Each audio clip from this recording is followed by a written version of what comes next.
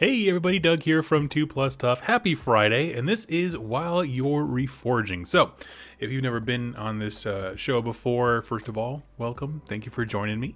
Throughout the week, I do like lore videos and discussions and that kind of stuff, and it's all pre-recorded because otherwise I would go insane. But on Fridays, I like to kind of sit and do a hangout with folks, just kind of be more informal and just kind of share what's going on in my hobby and kind of get to know you guys a little bit more, answer some questions, do some Q&A. And so the way the show works is I have a few different segments, and in between those segments, I go ahead and ask the audience to chime in with opinions, questions, anything like that. That way I'm not constantly interrupting myself by being like, hey, this guy, hey, that guy, you know what I mean, that kind of thing. So we always kick it off with a hobby progress, but I have quite a bit there. So can someone just tell me if they can hear and see me okay? I don't think the lawnmower of doom will be returning. Hey, Brent, don't have much time. We want to say, hey, buddy. So today's main topic, once we get through hobby progress, news, that kind of stuff, is going to be kind of doing a top-down look at Broken Realms Belakor. This last week, we've been doing the lore series for it, so I broke the lore for this book into 5 videos, and it's one of my favorites, to be honest with you. Like, I can't... We'll get to the review part later, but I'm also going to talk about the rules and that kind of stuff and how I think it brings the game to life and that kind of thing, so, or the story to life, so to speak. So, sort of a more informal review with that. If you have any questions about the book, save them till the end, and we can definitely answer those. So, okay, awesome. Coming in loud and clear. Sweet. So, for hobby progress for me, I have a few things to talk about. One of them, let's see, we're going to go over to my shared screen here, and it's probably easier just to do this than to hold it all up individually on the screen. But here I have some of my Star Wars Legion stuff, and I had mentioned the fact that I was playing in a league that just recently came to its end. It was like an 8-week league or something like that, and people wanted to see my Hoth army that I've mentioned before, and so yeah, this is it for me. Now, honestly, I like Star Wars Legion quite a bit. The amount of upgrades and that kind of stuff, it gets to be a little bit overwhelming to me. Built upon the same system, generally speaking, is Marvel Crisis Protocol, and I'll be honest with you, that game interests me a bit more.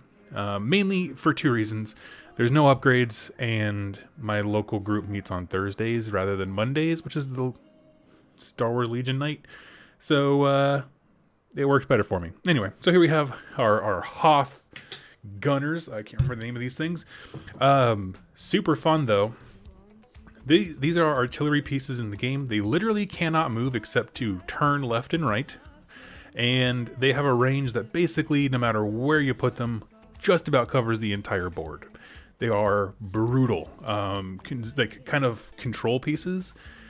So I love them. Not a lot of people take them. They're not competitive at all, but for their purposes, I absolutely love them. So let's go on here. There is my snow speeder. Got any photos of your free guild lads? I don't have any free guild lads. Sorry. Oh wait, here's that weird song. There's this lady who just howls like a wolf every once in a while. It's really weird. Okay. So yeah, here we are with my snow speeder. We have 2 gunner emplacements. So these are like smaller versions of the big turrets. The thing is, they can move. They just can't move and shoot in the same turn. So they're like a smaller version of that. Here we have Luke and Leia. Let's see. Rule of Cool beats competitive. Absolutely. Enjoy them quite a bit. I honestly, Legion, the hardest thing for me is understanding how to use heroes. Like, I get the troops, but using heroes effectively is real frickin' hard in that game. Like, straight up. Here is a whole bunch of Rebel veterans, and veterans in their model line are dressed out like Hoth. And what's interesting is that this is actually 2 different boxes. So 2 different boxes of 5. They each come with an extra special weapon guy, which I haven't painted up because I didn't want to. But inside that same box is actually one of these. So 1 box of Rebel Veterans gets you 2 units, which is exactly why I have these. Otherwise, I wouldn't have bought them separately. But Rebel Veterans are pretty frickin' dope. I like them quite a bit.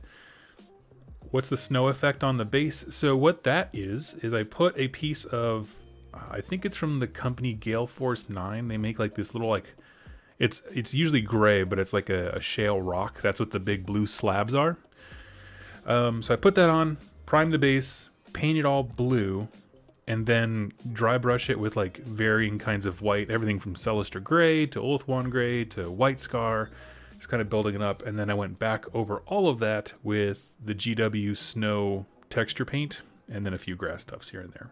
So that is how I achieved that. Now my thing is, this is my entire list that I did every single league night with. Lost every single game because I don't have enough units to capture objectives. I just have a lot of stand still and or slow gun emplacements, 2 units, 2 leaders who I'm not good at using, and this speeder is quite possibly my favorite thing in wargaming, because when this thing dumps a bunch of shots on someone, it's awesome. I also gave him a special pilot so he can do like a 360 turn, and it's just cool. There's just nothing not cool about it. But the last big thing for my hobby progress, which I'm going to show you in the downward cam here, is this. So if you don't know, I was recently introduced to a game called Conquest: The Last Argument of Kings. It is a rank and flank war game. They have a unique, incredibly interesting lore and intellectual property behind their games, and it's just cool as all get out. And so I was getting into the community. I was kind of asking questions. I played a demo on Tabletop Simulator. In fact, after this, WYR Reforging, I'm going to go play my second full game, I think. So I want to show you something. Let's see. Go to the downward cam here. There we go. So let me get this book out of the way. Essentially, like I said, the game is rank and flank, but you do so like this. And so your flanks move like this, and as you take wounds, you just pull guys off the back.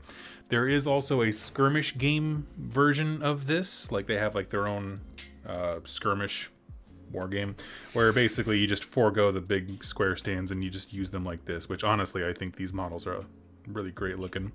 These guys are the 100 Kingdoms. They have kind of a conquistador or German slightly looking aesthetic to them. But one thing, this starter box is like $100 and it comes with 70 models, I believe. Like it is just filled.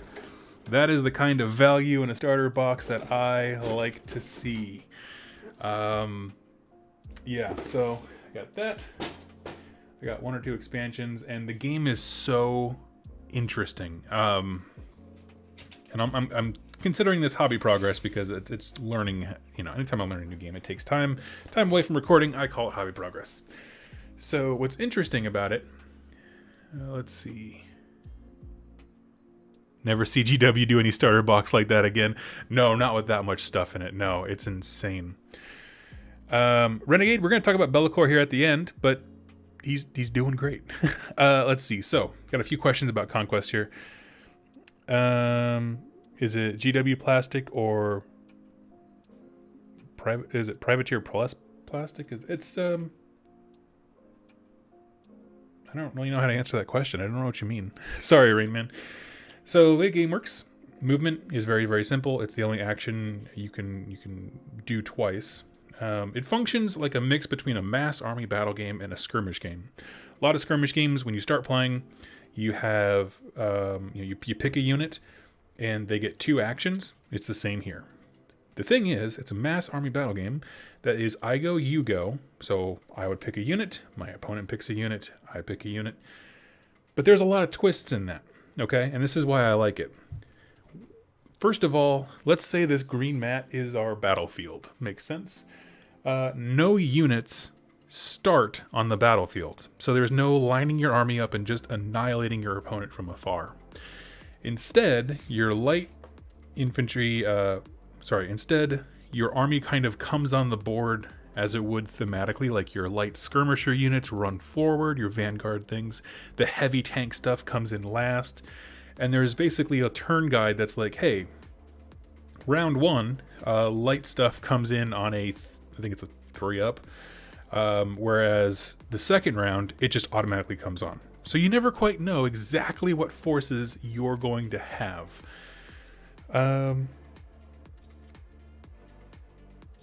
I had no problem with flimsiness on this Rain Man, if that's what you mean. So let's say they come on the board. Their first action, they have to march up. So they'll march up to there. And from that point, make sure I'm getting this right because I don't want to mess this up. I kind of lost my train of thought because this is why I don't answer questions when I'm trying to explain stuff. Once you know what units are coming on the board, each one of these has like a card associated with them. And there's no real detail. It just says crossbowman, right? It's not fancy or anything. But then you have to go in and put those cards in your hand and put them in order. So before the turn starts, now that we know what units are on the board, you have to predetermine what order your units are going to activate, and you lock yourself into that, which is super cool. Like, there's no gotcha moments, there's no heavy reaction things. It's just, this is the order of operations that I set up before the turn, and that's exactly how you execute it. And so I love that aspect of the game. The fact that no one can just long bomb. There's no turn 1 charges. There's no, oppressive firepower to delete half your army before you start. There's fewer models, but they are quite big. Let me get a Stormcast here.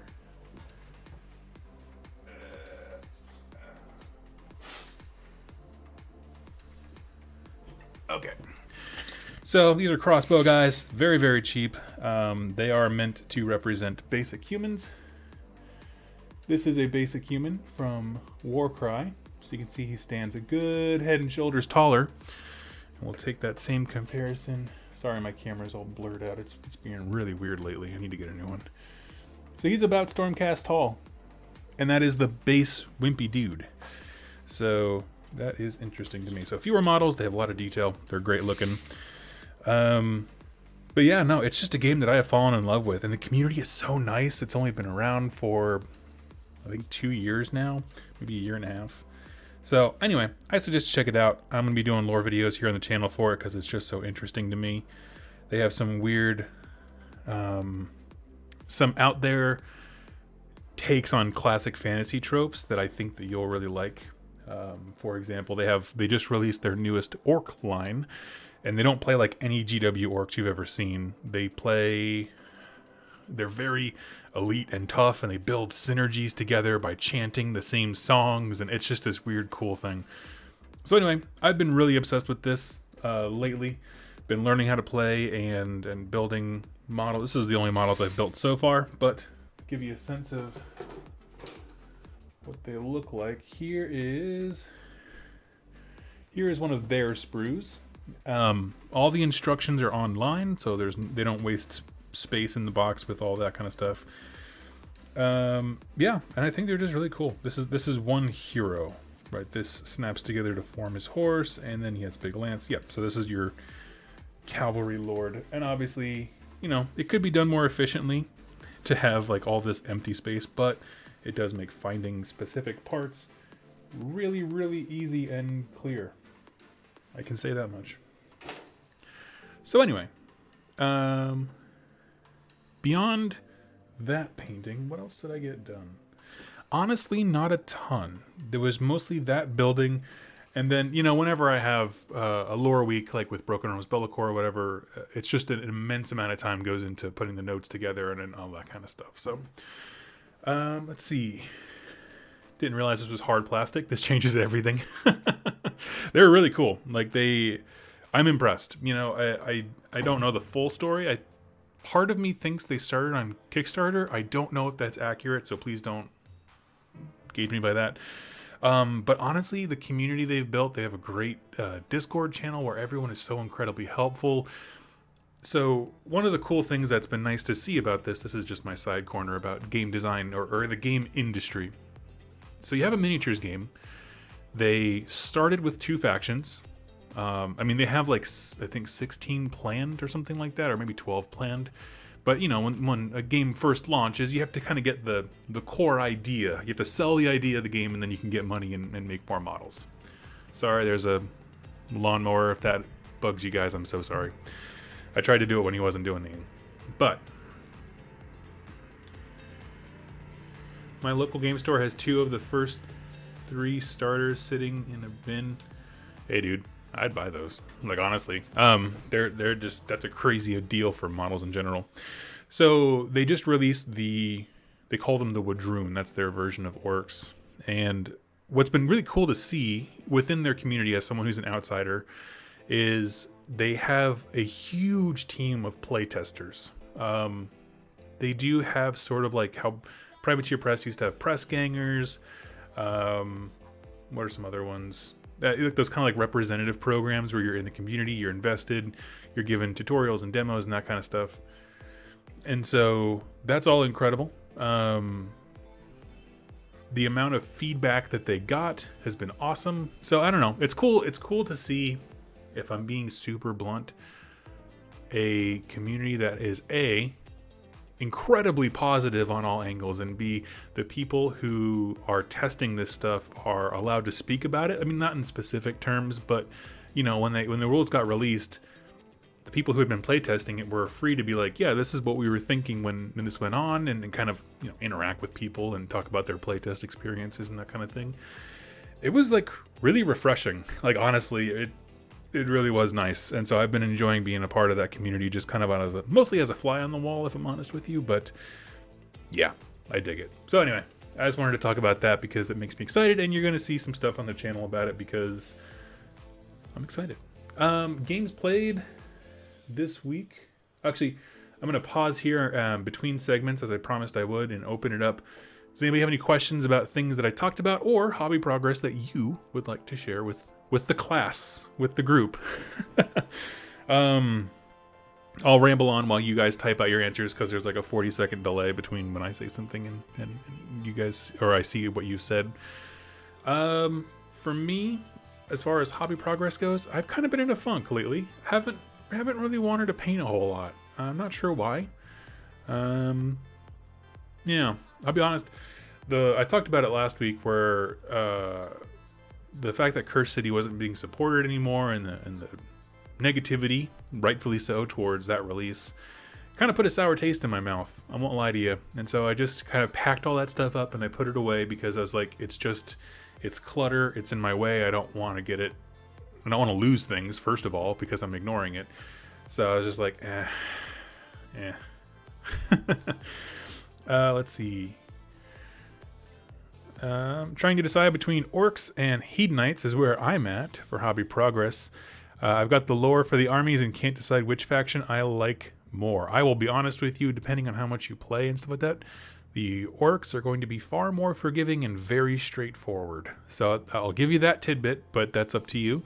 The other thing I'll tack on is that if you play orcs, you do get 2 armies in one at least. Because even if you focus on just Ironjaws, for example, you get Ironjaws and the Big Waw, which are 2 very different rule sets. They play differently, and they're very cool. How do these compare in scale to GW and I don't know what that acronym ASOA? I don't know what that. Dude, speak English. I love you, Dan. Asking for Cities of Sigmar and Gravelord reasons. They're way too big for GW models. Like, maybe you can get away with a heavily armed knight as a Stormcast special character, because they're about that height, but they're way too tall for that. Song of Ice and Fire. Oh. Yeah, I don't know. I haven't seen those. I have a local store. I was just there last night looking at, they have like a resell game thing. They had a starter set for Song of Ice and Fire on the shelf, and I was like, I just don't like Game of Thrones. Like, it might be a cool game, but if I am not even the slightest bit interested in the IP, it's a hard sell on me. And I'll be honest, Dan, I like the bigger scale. Like, I'm just looking at these, and like a unit of these crossbowmen versus a full squad of Age of Sigmar crossbowmen from Cities of Sigmar. I'm going to be quite frankless. The city of Sigmar ones seem like a pain in the butt to move 30 of them. These guys, not so much. Let's see. Ooh, where is it at? I lost the chat here. Here we go. Bit the bullet and bought Cursed City to celebrate a new job. Very, very congratulations, my good friend. That's awesome. I want to hear about that job at some point. Tweet the deets. The dwarves make really good Chaos Dwarves procs. Oh, yeah. They do, actually. They have a Dweghorn, I believe, is what they call their dwarves. And they're really cool. Their backstory is like basically they were kept enslaved by dragons and then they had a revolt. It's really cool. It's super dark. So I like them quite a bit. Discovered sprue glue while doing an eBay rescue on badly assembled Gorgon. Stuff is absolutely... Sprue glue. Sprue goo. I don't know what that is. Let's check it out.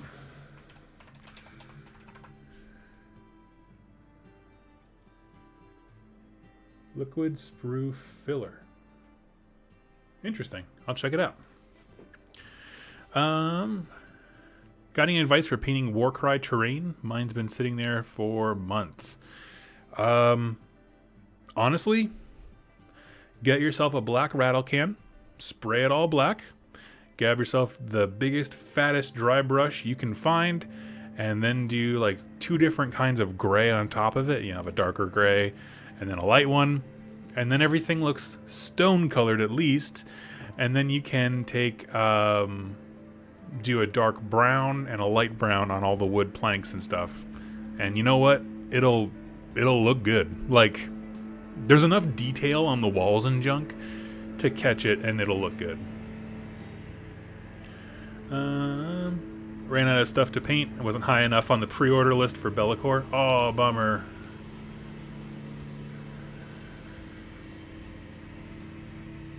Sprue goo. Get some cheap liquid plastic glue, liquid poly, and drop sprues in and let them melt.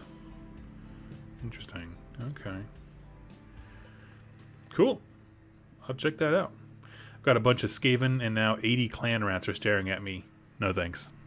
No thank you. Check, please. That's where I'm out. Okay, so great talk on that segment. So what I'm going to do is go ahead and move into, like I said, games played. I don't have any games played. This is going to be very brief.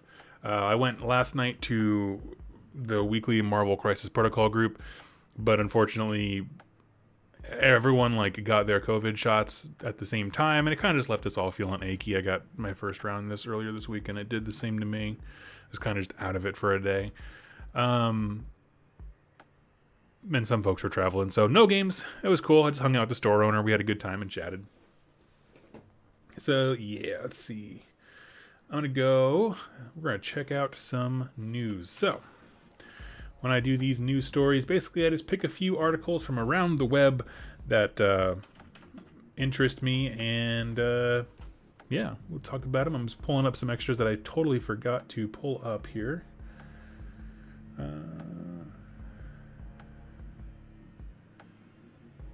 I think I talked about the Conquest release last week, so I don't have to worry about that. All right, so here we are. And I did do a few news stories earlier in the week where I talked about the Slanesh twins, and the other one was GW shipping delays, so I'll skip those. Here we got an article on Blood Knights. They be vampires, but Blood Knights are notoriously picky eaters. With Soulblight Gravelords gearing up for a war, this is a great time to take a closer look at Blood Knights, the elite cavalry of the vampire hosts. Ever since we announced them, along with a bunch of other models, during the preview event, people have been thirsting to know more about them. First of all, this is some of the most classic looking Age of Sigmar, not Age of Sigmar, but Warhammer-esque artwork ever. I don't know if this was, can someone tell me, is this a really old piece? And can you hear the lawnmower outside?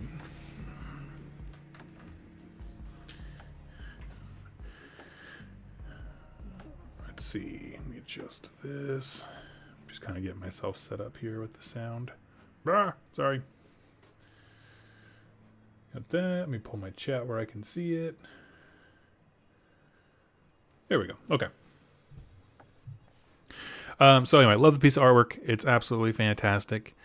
Blood Knights have been a part of Warhammer for quite a while, and their aesthetic has been very consistent over the years, as has been their price tag. Yeah, it's very, very old art. Yeah, it probably is John Blanche then, because he did a lot of their earliest concept art. These KO are just, they are hosed. Talk about the Crimson Core. I don't hear the lawnmower. My neighbor is also mowing. Let's see. In the armies of the Vampire Lords, Blood Knights are the cream of the crop. They've dedicated their undying existence to honing the art of mounted combat, taking full advantage of the gifts their nature grants. I like it. The lawnmower man is in your head. Love the banner. I'm curious as to how much of this is sculpted in. It looks like quite a bit of it. Like if those lines where the highlights are following the edges, it looks absolutely terrific. And here is our reimagined version of that original art piece, and I am here for it. There we go. Yeah. Oh man, I want Marauders that look like this, but yes, the Blood Knights look absolutely awesome. I will say I love this helmet on the left, where it covers his entire head except for his mouth. I don't know. The way that the sides come down on either side of his mouth, but then his actual, like, fangs and stuff are visible. Absolutely awesome. I love it so much. So, let's see. Just as with some highborn vampires, like the recently revealed, we'll talk about that in a second, they delude themselves into belief that they're somehow more than a murderous beast reveling in carnage and bloodshed. This article that they showed, this was one of the preview models, where it's this creepy gal who looks like she belongs from the town of Derry, and I don't like her. I love the model. I love the model. She just looks very menacing, and I like that. So we'll move on. And we have a meta watch, which again, I like these articles. Not so much because I really care about the competitive meta, so to speak, but because they give a chance for people in the community who invest heavily in these games and take time to play and experiment and just kind of let them talk about it, you know? And I like that, honestly. That's what we're all here for, right? Just talking about stuff we like. Have a fantastic cartoon for this one of Marathi apparently cheating Teclis at a game of cards. And Chaboy, Chuck T. Moore, Strength Hammer himself, weighs in on some thoughts on Daughters of Khaine as they are now. So there's actually, I loved his answer to this question. So the question is, can you give us an overview of the Daughters of Khaine army? Like, do you think it appeals to a certain style of gamer? Which is a fantastic question, right? Like, forget, MetaWatch makes it sound like it's all about statistics and this is how who's winning and this kind of stuff. But that question of an overview and who is this faction for isn't a meta thing, right? It's just it's a gamer thing. I like that. Anyone can, but no matter what kind of games you play, it works. Anyway, that's all. At its bloody heart, the Daughters of Khaine want to send their many deadly units to cut through the enemy ranks after boosting said units with exceptional buffs, whether it's pushing around twisted warriors such as the Melusai, commanding hordes of infantry, or building an MSU-style army, so minimum-sized units, just a lot of little guys. I think there's something for everyone, which is true. You can definitely go the horde route with witch elves. You can go Sisters of Slaughter. I think that they can go into big units, but they typically are taken in tens because they're just deadly. But yeah, the original tome was one of the first to include sub-factions and allegiances. Are there any key changes that players should look out for? Allegiance abilities for the army have not changed. There has been an update to the number of our most useful abilities and spells, such as Witch Brew, and a change in the wording for synergies. They are now wholly within, which is huge. That's quite the leash. And they actually put a nice little depiction here for us so we can actually get a sense, which honestly, you know, for what it's worth, it takes an artist, like a graphic designer, like time to create these, and I really do appreciate it, where I don't know, they just take the time to create these cool little slides that have the rule written down below. I like that. So I'm going to leave it there, but I want to say the reason I brought this up is for two reasons. One, I'm always eager to support people I like. So Chuck, you're awesome. And he has some wonderful thoughts, especially when it comes to the endless spells. And oh, he didn't even see there was a list there. I scrolled right past it last time, which is awesome. But then, I don't know. I also like the fact that the Metal Watch articles are not just about competition, you know? Otherwise, it'd be a pretty silent couple of months with there being absolutely no real major events going on. But I like the fact that, you know, I think the questions of like, what is this army good at? Who's it for? Not who's it for, but who would enjoy this from a gaming perspective? I love it all. So go ahead and check that out. David says Chuck is awesome. Yeah, he is. So we have Lord, this is one that I didn't cover before, but I want to talk about it. So this is the new Lord Kroak model. And somehow I missed it. The image didn't load when I was last week doing my picking out the articles, and so I just skipped right past it by accident. But this is one of my favorite models, like for real. It just has such a presence to it. And I don't know yet if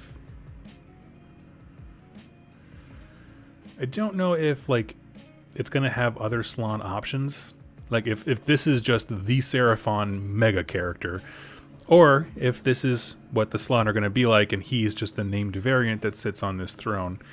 Honestly, I'd be happy either way. You know, is there a picture down below that has something else? Not really. Okay, they do have a different helmet though. Which, you know, I mean, when I think of Lord Kroak, I don't typically think of a large accessory closet, but he has different hats, apparently. And, you know, as we talked about through Broken Realms Belakor this week, through the lore videos, he's been a great character. Honestly, I like him quite a bit. So far, he's probably the most willing of the Seraphon to, like, work with others. He had a cool moment with Gardus Steel Soul in the story, and it's just pretty cool. So for my money, I think what sells it for me is it definitely looks like it fits into the old Seraphon, kind of the Aztec-y sort of vibes, but the kind of crazy out there mystical nature of like the floating rocks, but it looks like they'd be moving in like these perfect concentric circles. I guess what I'm looking at is a lot of,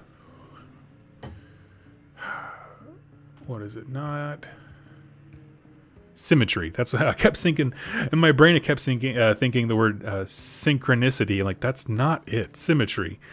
And how they would see the grand plan with all these different points and nodes and geodes and that kind of stuff. I love it. Is Sotek still around in AOS? Not that I have seen. I love how Kroak barely fits on the base. Yeah, you want to talk about model overhang? From this side of the base to this end of the thing, that looks like an immense amount of room. I'm just going to say, there's going to be a whole lot of Kroak is here, but I'm going to turn around and put his butt in your face so that the model fits, which is what I had to do for my Glotkin and a couple others. It's just there's no room. I'm still finding a hard time understanding the Seraphon and AOS. Are they flesh and blood now? They can be. So the idea is that they are sort of like guardians of the natural order. So they'll, kind of like in the old world, how they had like, you know, nodes of geomantic power, the ley lines that circled the old world kind of a thing. The same thing still exists in Age of Sigmar. And they use that power, and they're sort of like the guardians, the keepers of the realms, sort of like natural police. Old ones were still there. Old ones gave them that job.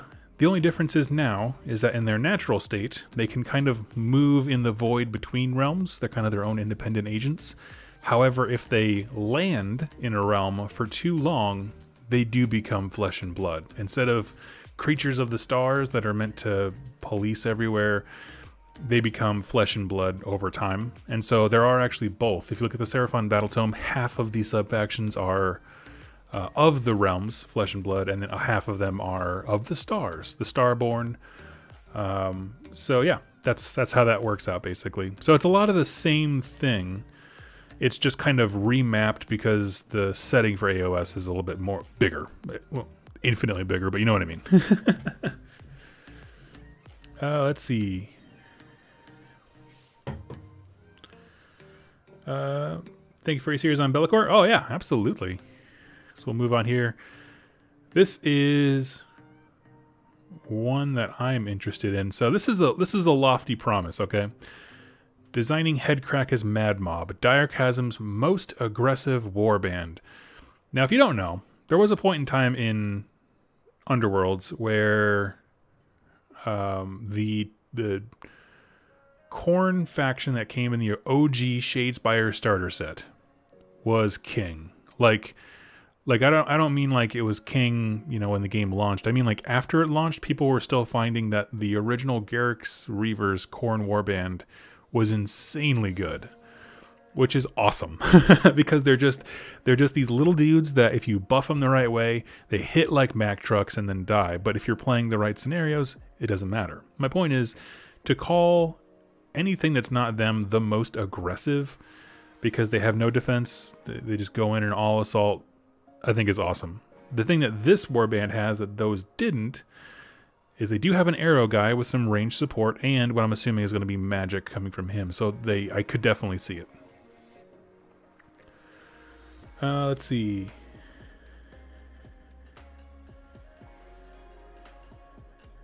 We're going to scroll down here. Yes, Magical Might has a range of 3. He's got abilities.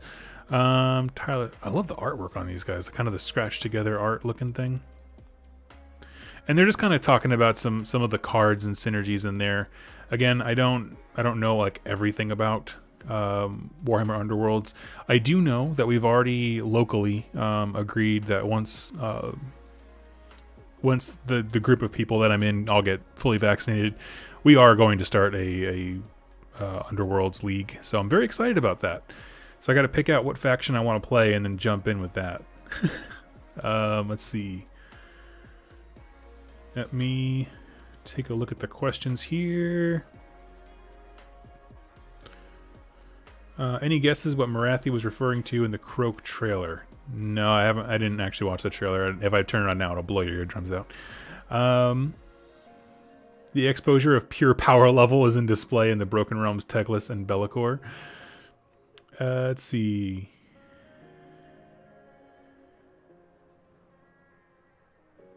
Austin, I don't understand your question. Do you think the image at the top of the Slaanesh Twins article is a picture of Kragnos? I don't know. I'm going to stick to the articles I have pulled up because nothing's more boring than me searching for another article.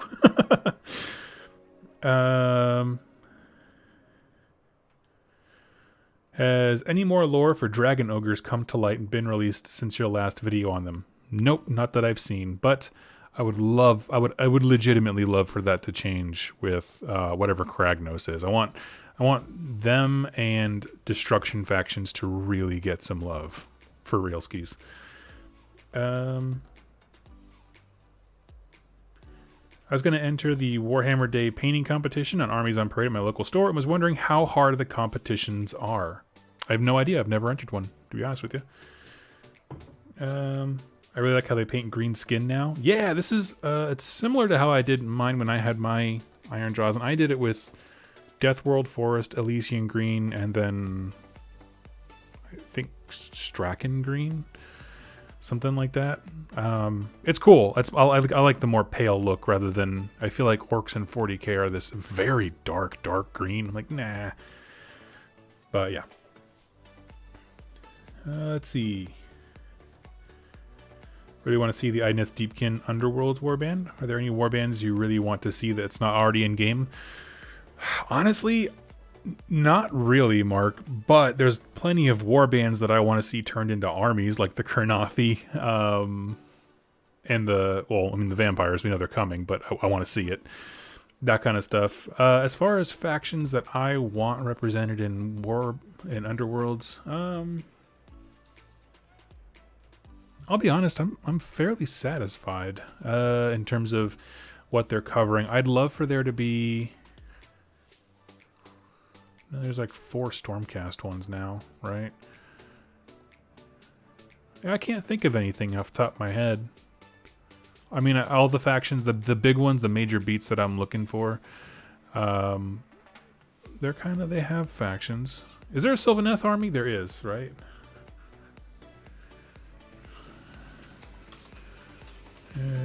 Underworlds.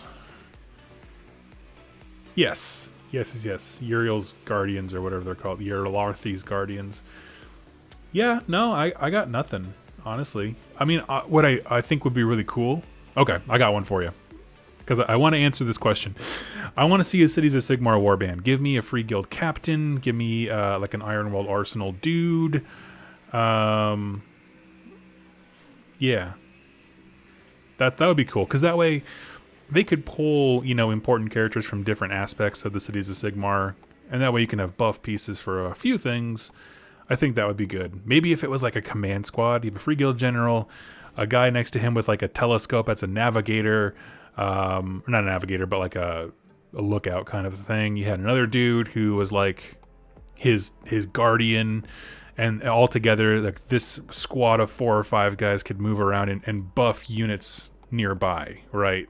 If they're near a cannon, the guy with the telescope's like, oh, I see how far away they are, and it fires at people. If they're near combat, the guy's still a free guild captain. He inspires them and fights them all. I think that's awesome.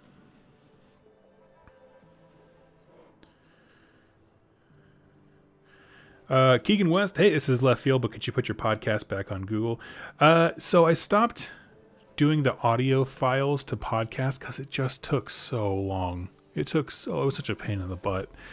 And then whenever I do like an ad or something like that, some of the videos don't translate to audio because I'm showing you stuff on the screen. I just don't know. I need to come up with a plan before I do that again. I'm not saying no. I'm just going to say I need to come up with a plan.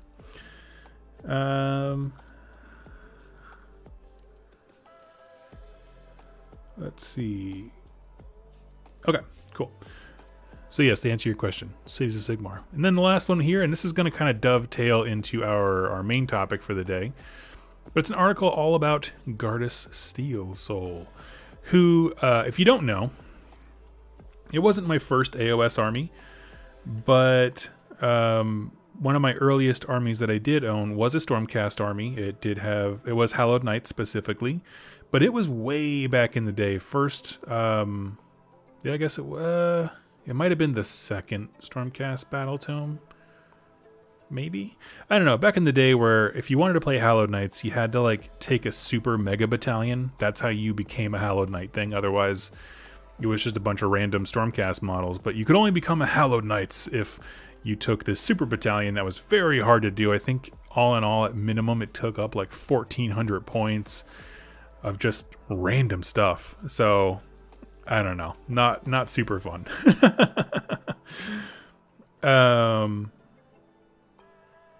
But yeah, so there's that, and there was no way to really bring Gardus to the table. So yeah, nor would it be his last. So I don't know. Let's see. The fact that he now has a model, I am not gonna lie to you, makes me want to do Stormcast Eternals again. Dang. Like, can we just talk for a minute? Real talk. I have a box full of Deepkin behind me, and part of me is like, I just wanted to paint something very different, but I have not lately had the motivation to paint a full army for AOS. I don't know why it is. Just kind of been in a funk lately. However, I'm looking at this model, and I'm like, I could rebuild my old Stormcast army.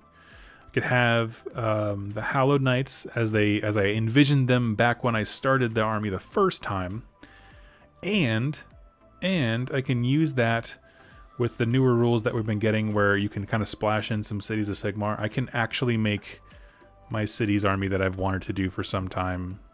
If you don't know, I had this vision for a Cities army where I'm kind of taking bits from Adeptus Mechanicus from 40k and kind of bringing them over and kind of making a very high-techy type thing. And so Hallowed Knights, working alongside, what's it called?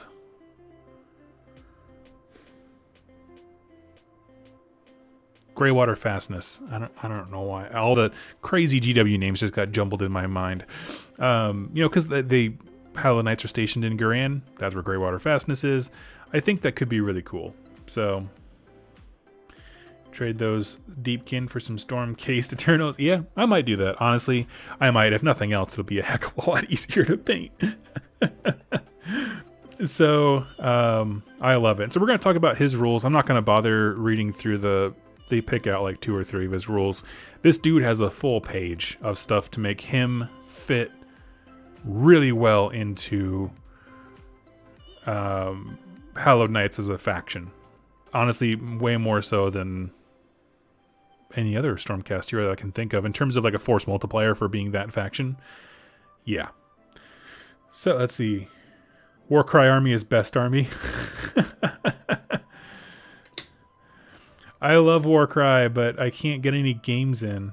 We were playing a league, and then we started doing it wasn't really a league. Me and a buddy Rob were playing some campaign stuff, and then the Legion, Star Wars Legion League started up, and we just haven't had a chance. It's been craziness. So, okay. So what I'm going to do now is I'm going to pause there. Does anybody have any thoughts on the news we covered? It's a little bit light because of, again, if you didn't know, Games Workshop announced that they're kind of slowing down releases for a bit, which I personally think is a good thing, so that they can do it right when they get back to it. But I know that's not everybody's opinion. Hey, Dex, want to know that through 2 hospitalizations resulting from COVID, your videos helped me so much. Oh, buddy. That's the highest compliment. Thank you so much. It really does. I hope you get well. I've gotten a few messages like that this week that it's just been a rough week on a lot of people. So hey, if you can tune out and learn about Angry Demon Belakor punching everyone else in the face, there's no better way to check out of reality, right? Let's see. Okay, I think we are good. I'm going to go to the downward cam here. Okay. Let me do this. I'm just going to move my chat to where I can see it when I'm looking downward here. Okay. So, Broken Realms Belakor. If you haven't seen it, I'm going to spoil some stuff. I did a series of lore videos. I'm not going to spend a ton of time talking about the story. I'm just going to kind of hit the notes on where it ended up. So, that's my warning to you. First of all, this continues a series where we don't get a ton of new artwork, which is kind of a bummer. And as we're looking through, I see the story basically follows Belakor wants to prove to the Chaos Gods that he's the biggest, baddest. He's number one. Archaon's a punk. He shouldn't be in charge. I should be in charge. But he's kind of waiting for the right moment. That moment comes when in Act 1, Kroak and the Seraphon just absolutely nuke a silver tower and destroy it, which then provides an opportunity for Bellacor's plans to go into full action. He makes a part-time deal with Lady Olander from the Night Haunt faction, so there's some cool chaos plus ghosts things going on, and it ends up with essentially at the end of it, Belakor tries to attack Vindicarum of the Celestial Vindicators, decimates the place. There's like a few hundred people left alive. He doesn't actually fully take the city, but he did set in motion a chain of events to really screw over the Stormcast.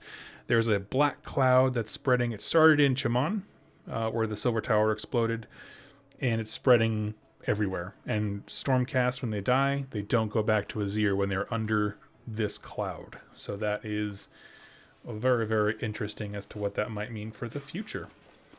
So, still story. KO make a great debut, as do the Night Haunt. Yeah, so let's talk about the rules. We have ourselves some campaign rules. Let's see. Basically, it's just having you go through the various battles that are within the book and trying to recreate them with your own models. Now, my thing about the Broken Realms campaign so far, and this one pretty much follows suit, is they require you to have very specific units. This one I will say is a little bit looser compared to Broken Realms tech list. I thought was extremely exacting on what you had to bring for this battle. Whereas, you know, this one it's like you need to have people to represent the named characters there, and then it's like 8 other Stormcast units. Okay, you know what I mean? Like that's obviously you're locking yourself into a faction, but that makes perfect sense. It's not like, you know, 2 units of Liberators, 1 unit of Vindicators, you know, whatever. So I like that quite a bit. I feel like they loosened the reins just a smidge. For Realms of Battle, you can fight at the Genesis Gate, Dolorum, which is in Shyish. That's actually the home turf of Lady Olander. And Chamon, where all hell broke loose. So that's pretty cool. We'll move on here. We have Siege Warfare, which I actually like quite a bit, and Coalition of Death. One thing that I can say, if we're talking about sheer value with Broken Realms Belakor, I actually think that in terms of value, this is probably the best supplement that Games Workshop has put out for a very long time. The reason I say that is it's got compelling story, and it has rules for all different kinds of play.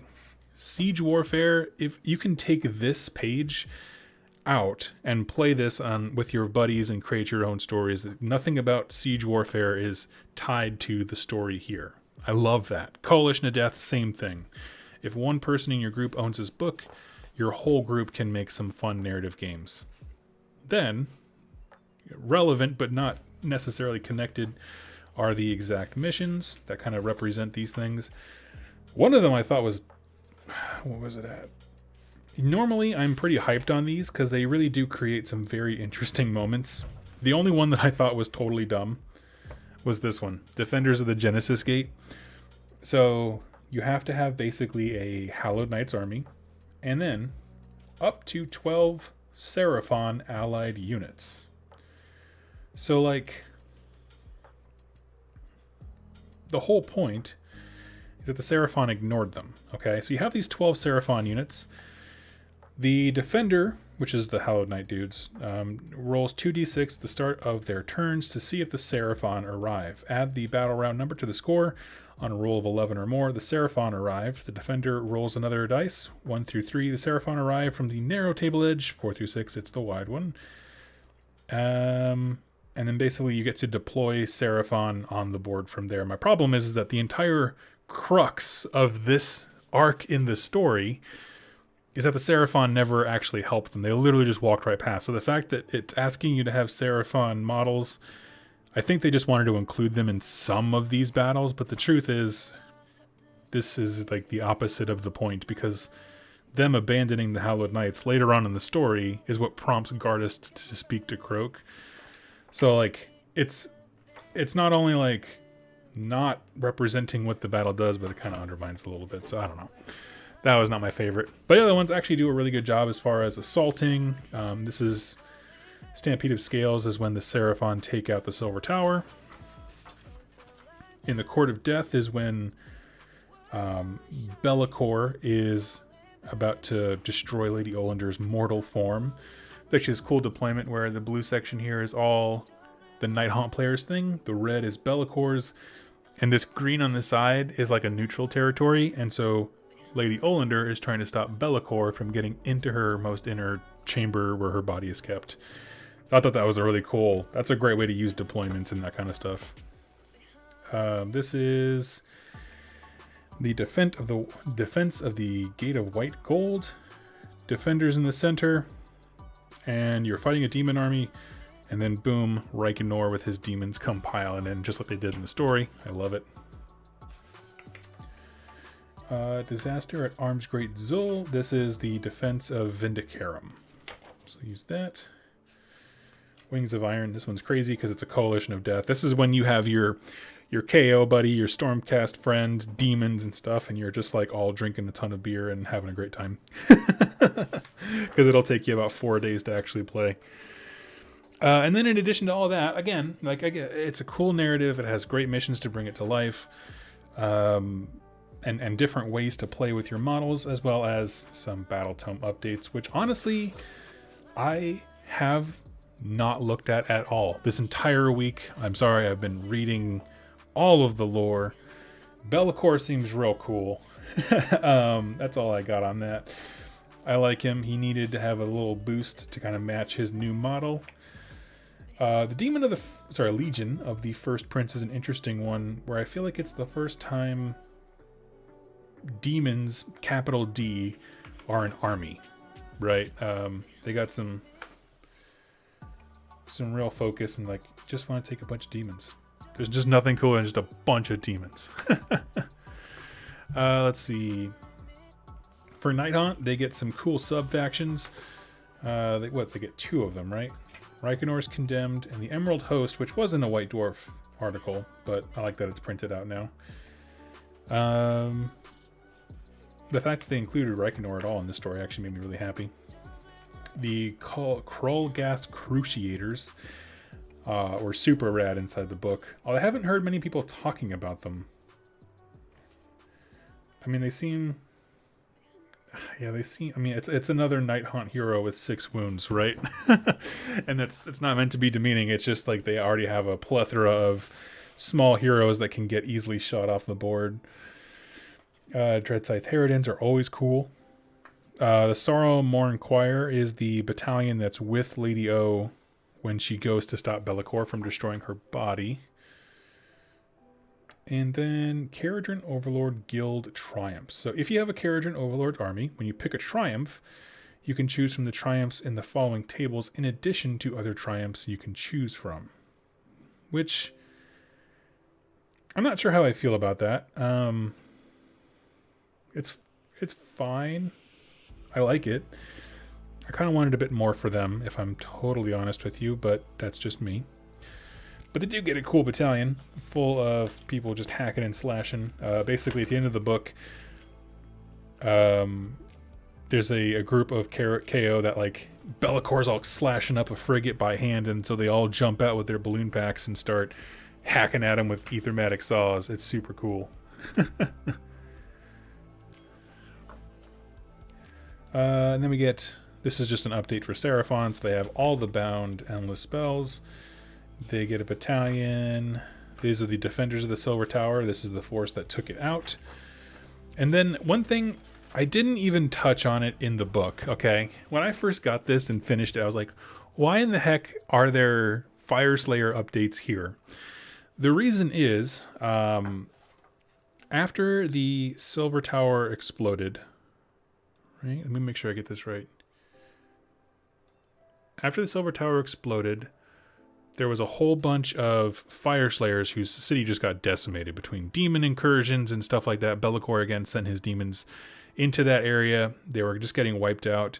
There was a magma hold that was near extinction when a KO ship who witnessed the explosion came in and basically rescued the last few survivors from this Fireslayer lodge. And so in the final battle, they were allowed to kind of all become doom seekers and avenge their fallen families, because at that point they have nothing left. And so the idea was they picked up a couple Fire Slayers and then dropped them off in the last battle and pretty much just let them die. So they kind of were a footnote in the story, if I'm honest. But you know what? I like it. I wish they had gone full crazy and made Doom Seekers battle line, but unfortunately not, because it would have been ridiculous. Let's talk about my boy Gardus here. Also, what a great recreation of that painting we looked at earlier, right? Let's see.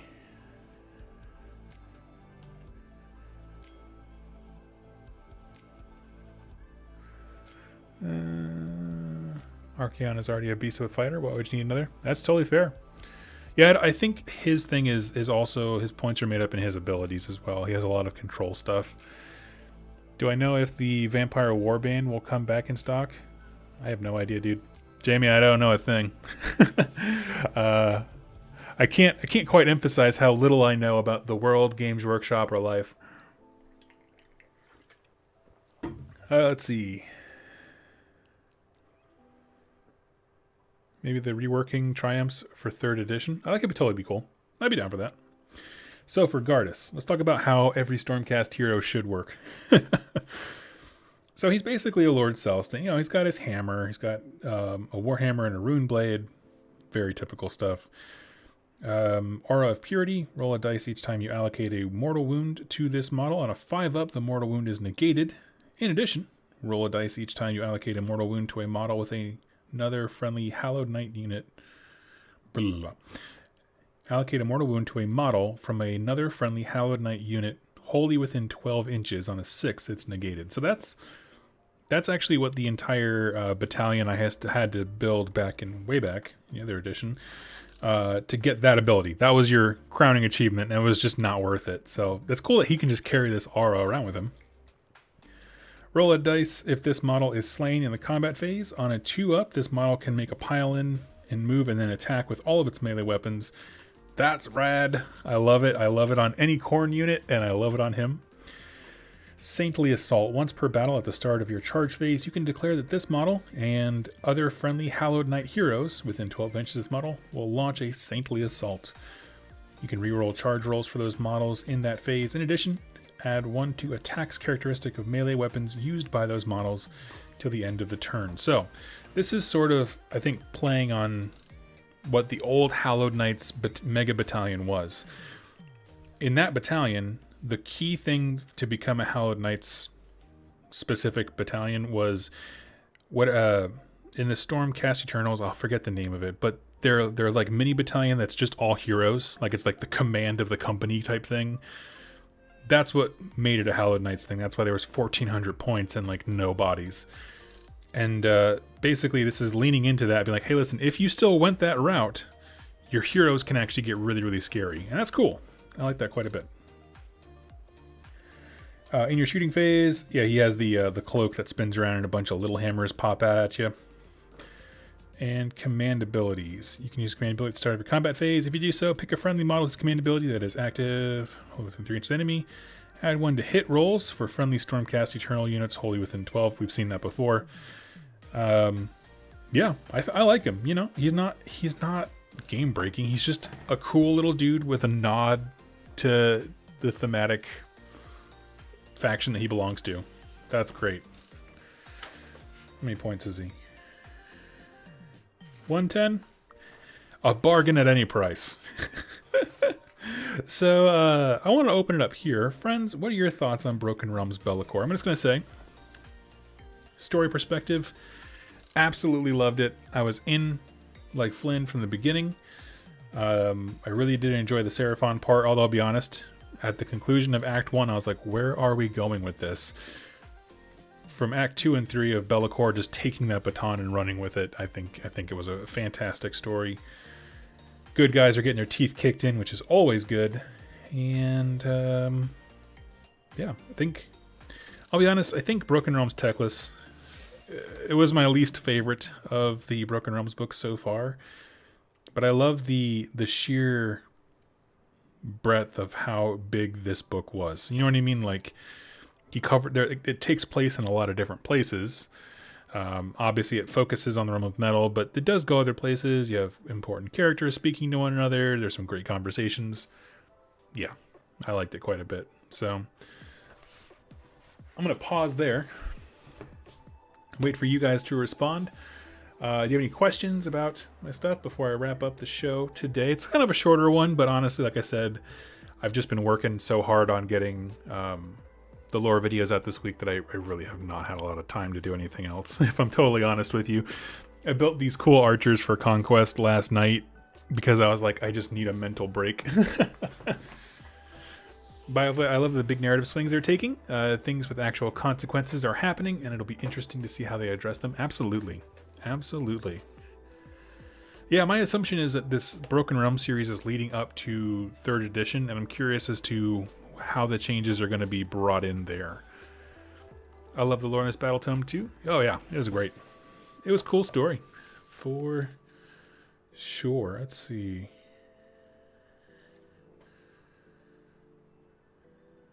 Yeah, I like this.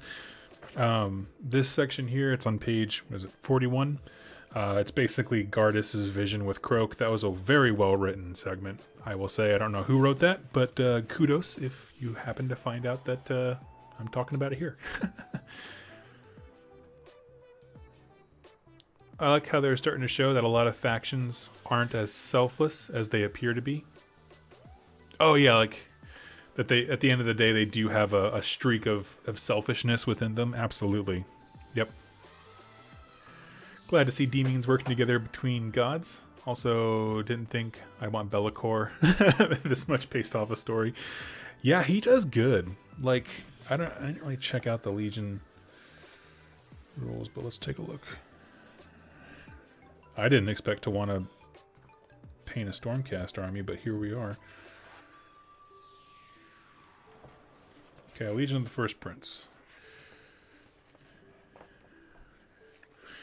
I like how in AOS we get the demon perspective. The lore for demons in 40k leaves me wanting so much. I totally agree, Elias. Absolutely agree. That's actually, I had a demon army for a while. It was my Tzeentch demons, and I got them for the purpose of playing in 40k and AOS, and then I was like, I actively find them uninteresting in 40k because they refuse to leave the human perspective. And I'm like, nah, man, you got to give us something else. Do you think we'll ever get Lizardmen and Vermintide? I have no idea. I'm not connected with the Vermintide guys at all. My gut says no, but it's possible.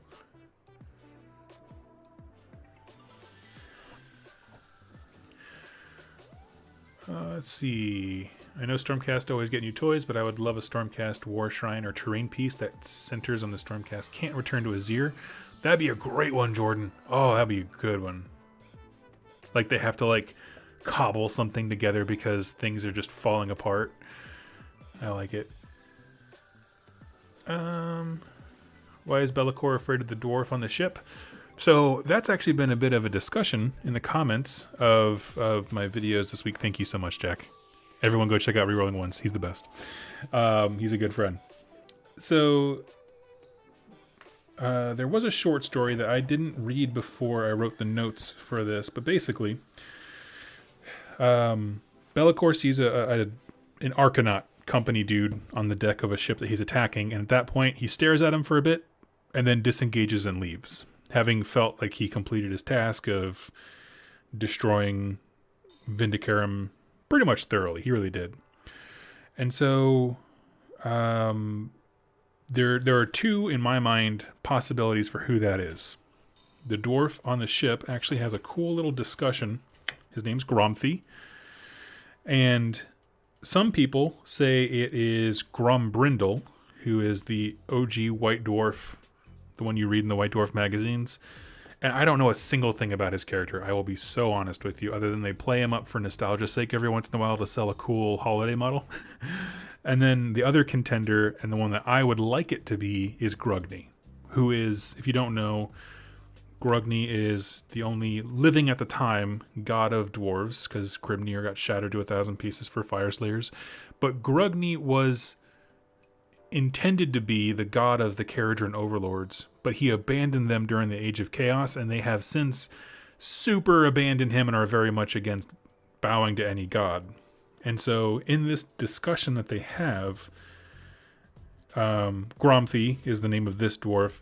He basically says, like, you know, more things are coming. I'm so glad we're working together with other factions. And the Caradhran overlord he's talking to says, yeah, there's money to be made.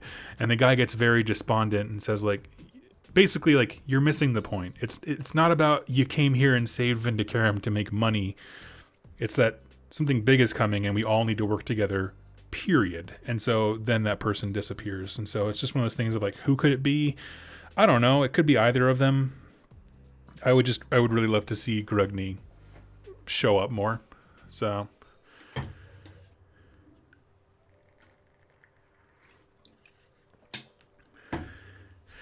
Grombrindle. Yeah, that's the thing. I don't know a thing about that guy.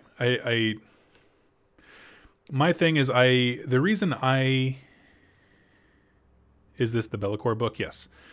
The reason I would love it to be Grugni, like personally, like regardless of who we think it is, like what I'd like them to say going forward that it is I would love it if Grugni was there for his kids, even if they missed the point, right? the context for that conversation is that for the first time since their establishment, all of the Khaine Overlord clans came together for the first time. Like, for real, the only time that they've ever been that on the same page is when they wrote the code. So him wanting to reach out and be a part of that moment for his people would make me very happy. You know what I mean? Like, it would make me seem like he's not an abandoning god like some of their deities just abandoned them. Teclis abandoned the Deepkin. I would just really like it if that was a moment where Grugni was like trying to be there for his people. Even if they missed the point, even if they're misguided, he tried. You know what I mean? And that for me, if it wasn't because of the importance of the moment of all of them coming together, I wouldn't care. But that to me, it just seems so perfect that if it was Grugni, I'd be like, aw, Papa's trying. He's trying to be a good dad. He's way better than Teclis. Teclis is never going to go hang out with the Deepkin. He's going to go down there with his snorkel and every Deepkin's and he'd be like, who the hell is this guy? So anyway, that's why I say I would like it to be Grugni. Goat Force. I think Grombrindle is working for Grugni to try and unify the dwarves to get ready for Grugni's big entrance and a dwarf release next edition. You know, Goat Force, you could be absolutely right, and I would love that too. Honestly, either way. Truthfully, either way. My only concession is if it is Grombrindle in this story, this needs to go somewhere then, right? Because Grugni trying to be a part of this momentous moment for his people is a great period at the end of his story with the Khaine Overlords, so that if he went on to go do something else with a new faction, I would feel really happy about that. If it's Grombrindle, it's the great start of a story, and I want to see how he and the Khaine Overlords act in the future. Does that make sense? Like, I feel like one of those characters is a closing of a story, and the other is an opening of one, or the starting of one. So it's kind of how I view it in my head. But either one, I'd love it. Honestly, I would love a unified Dwarden book. I think that would be cool. Yeah, man, that'd be so rad. I'd love it. And then if they made literally any model that tied aesthetics from Fire Slayers to KO, can you imagine how cool that would be? Just like a steampunk mining magma dwarf machine. It's got the technology of the KO and like the fire themes of the Fire Slayers. It'd be so rad. Anyway, so that was my thought on who the Dwarden is at the end. And like I said, in the video I said I thought it was Grugni. I'm hearing a lot of people say it's what's his name, Grombrindle, but I think just for the sentimental aspect of closing out that narrative and being there for his kids, I like it. Do you know what Archaon's reaction to Belakor's plan is? No. And that is a thing that I am so excited to see. In the Broken Realms books, we see a lot of action, but not necessarily reaction, right? Marathi, she betrays Sigmar, takes over, ascends to godhood, and then takes over Anvilgard. We don't really see Sigmar's reaction too much. In Broken Realms Teclis, it was a bit different because we do see action and reaction between those two gods, and really nobody else. And then in this book, we go back to action without reaction. So I don't know what's going to happen.